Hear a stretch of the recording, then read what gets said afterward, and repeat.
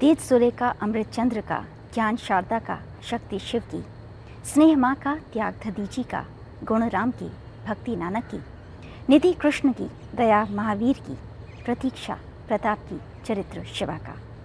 नमस्कार, यह है संसद से सड़क तक का विशेष अंक और मैं हूँ वर्तिका नंदा। अभी जिन गुणों की हमने बात की वो सभी गुण पंडित नेहरू बच्चों में देखना चाहते थे। इन्हीं पंडित नेहरू ने अपना जन्म दिवस यानी कि 14 नवंबर बच्चों के नाम किया। लेकिन आज के हिंदुस्तान में नेहरू जी कितने प्रासंगिक हैं और आज का हिंदुस्तान उनके सपनों के कितने करीब है, आज इसी पर बात होगी। ये अंक खास है और इस समय हम पार्लियामेंट लाइब्रेरी बिल्डिंग में मौजूद हैं। हमारे साथ हैं 4 खास मेहमान। आइए आपका परिचय कराएं। हमारे साथ हैं श्रीमती शमा शर्मा जो कि नंदन की एग्जीक्यूटिव एडिटर हैं। साथ में हैं श्रीमती कृष्णा तीरथ जो कि कांग्रेस की सांसद हैं और दिल्ली की करोलबाग कॉन्स्टिट्यूंसी रिप्रेजेंट करती हैं। साथ में हैं श्रीमती एस.के. सिंह जो कि डिवाइन हैप्पी स्कूल के प्रिंसिपल हैं और इन्हें डॉक्टर राधा कृष्णन अवार्ड और सरस्वती सम्मान से नवाजा जा चुका है। साथ में है अरण्या जो कि DPS RK पुरम में 7th के स्टूडेंट हैं और बच्चों के मुद्दों पर बोलना चाहते हैं।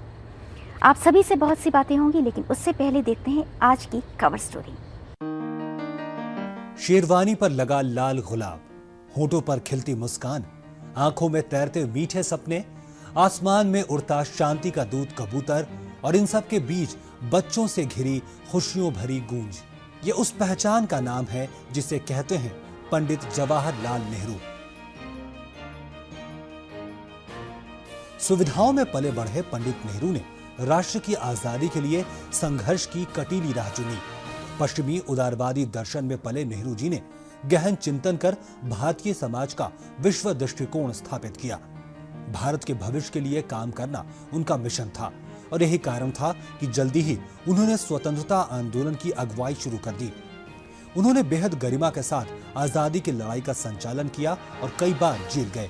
उनका विश्वास था कि भारत के विकास के तमाम सपने आजादी पाकर ही साकार किए जा सकते हैं। आजादी मिलते ही उन खुशी के पलों में उन्होंने कहा था, The time comes when we shall redeem our pledge, not only or in full measure, but very substantially. At the stroke of the midnight hour, when the world sleeps, India will awake to life and freedom.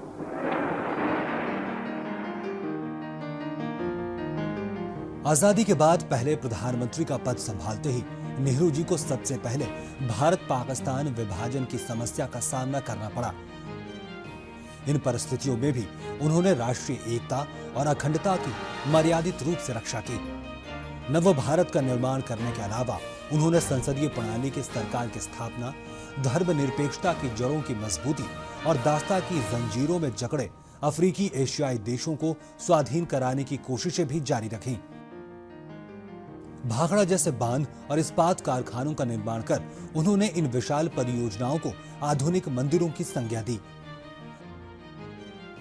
उन्होंने भारत की विदेश नीति को अवसर के रूप में देखा, जिसमें वे अंतर्राष्ट्रीय मंच पर भारत को एक स्वतंत्र राष्ट्र के रूप में स्थापित कर सकें।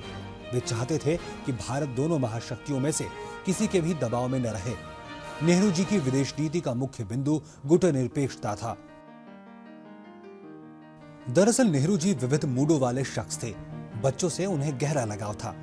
वे बच्चों में देश के आने वाले कल की तस्वीर देखा करते थे। अपनी मीठी हंसी और खिलखिलाहट से वे सहजी बच्चों का मन मोह लेते थे।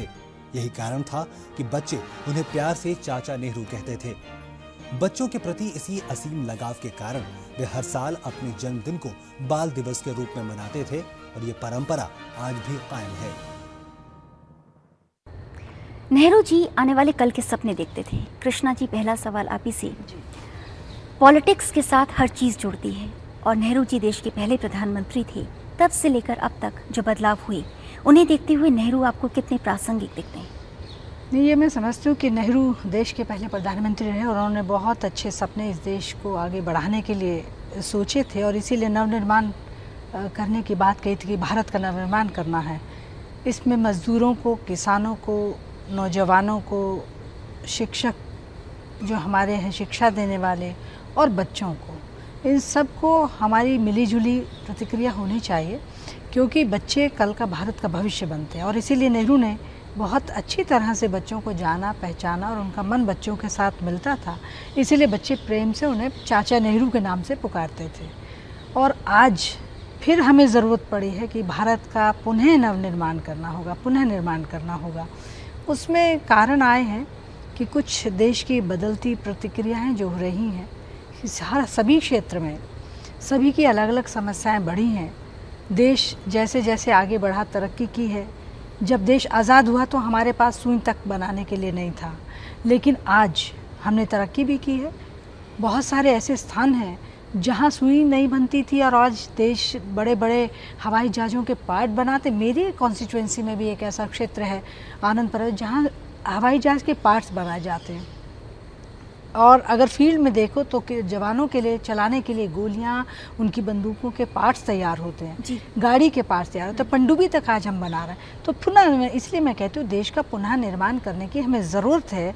और वो पुनः निर्माण करने के लिए हमें पंडित नेहरू के जो उनके सद्गुण थे उन्हें अपनाना होगा, उनके बताए हुए रास्ते पे चलना होगा और वही शिक्षा हमें बच्चों में देनी होगी। हाँ, एक चीज़ ज़रूर है कि आज के बच्चे, सिलेबस चेंजेस हुआ, शिक्षा का बोझ बड़ा है।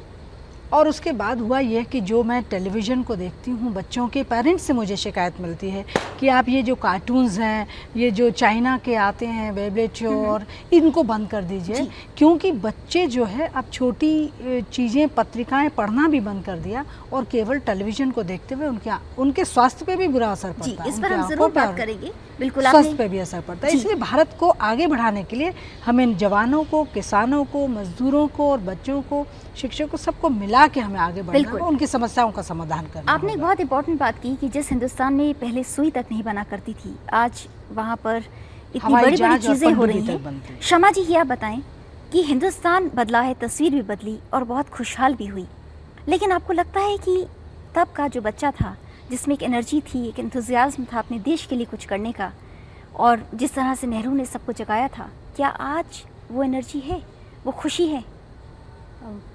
वर्तिका, मुझे लगता है कि तस्वीर इतनी नेगेटिव नहीं है। क्यों खुशी नहीं होगी? आप देखिए ना, जब देश आज़ाद हुआ था तब लड़कियां कहाँ थीं, आज लड़कियां कहाँ हैं, स्त्रियां कहाँ हैं? आज हम लोग यहाँ पर बैठे हुए हैं। 50 साल पहले क्या मेरी दादी नानी किसी टीवी था ही नहीं, तो टीवी स्टूडियो में जाने की तो बात ही अलग थी।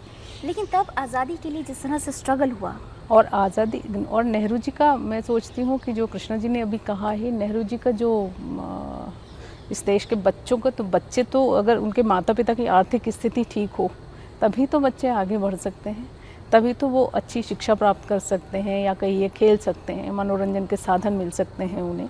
तो नेहरू जी ने जो भारी उद्योग, जिसे हैवी इंडस्ट्री कहते हैं, उसको इस देश में लगाया और उसके कारण ही आप इतनी तरक्की कर पाए। अदरवाइज़ तो आपके साथ साथ बहुत सारे देश आज़ाद हुए थे, वो कितनी तरक्की कर सके। और मैं तो सोचती हूँ कि अगर नेहरू जी आज होते तो शायद उनके सपनों का भारत आज बहुत बेहतर है। इंफॉर्मेशन टेक्नोलॉजी ने कहाँ से कहाँ आपको पहुँचा दिया है। नेहरू जी ने जिस देश को अंधविश्वास और रूढ़ियों से मुक्त करके एक ऐसे देश की परिकल्पना की कि जहाँ सब वैज्ञानिक विचारधारा और वैज्ञानिक सोच से चलने वाले हों, तो आप देखिए हमारा देश कहाँ से कहाँ पहुँचा है। देश बहुत आगे पहुँचा। मिसेस सिंह, आप ये बताएं, जब हम नेहरू की बात करते हैं, स्कूलों में आपने भी देखा, आप भी स्कूल के प्रिंसिपल हैं, बाकी जगह बच्चों को देखती होंगी, आज के बच्चे कितना जानते हैं नेहरू जी के बारे में, कितना जानते हैं उन लोगों के बारे में जिन्होंने इस देश को शेप करने में एक योगदान दिया? ये आपने बहुत अच्छा विषय लिया है।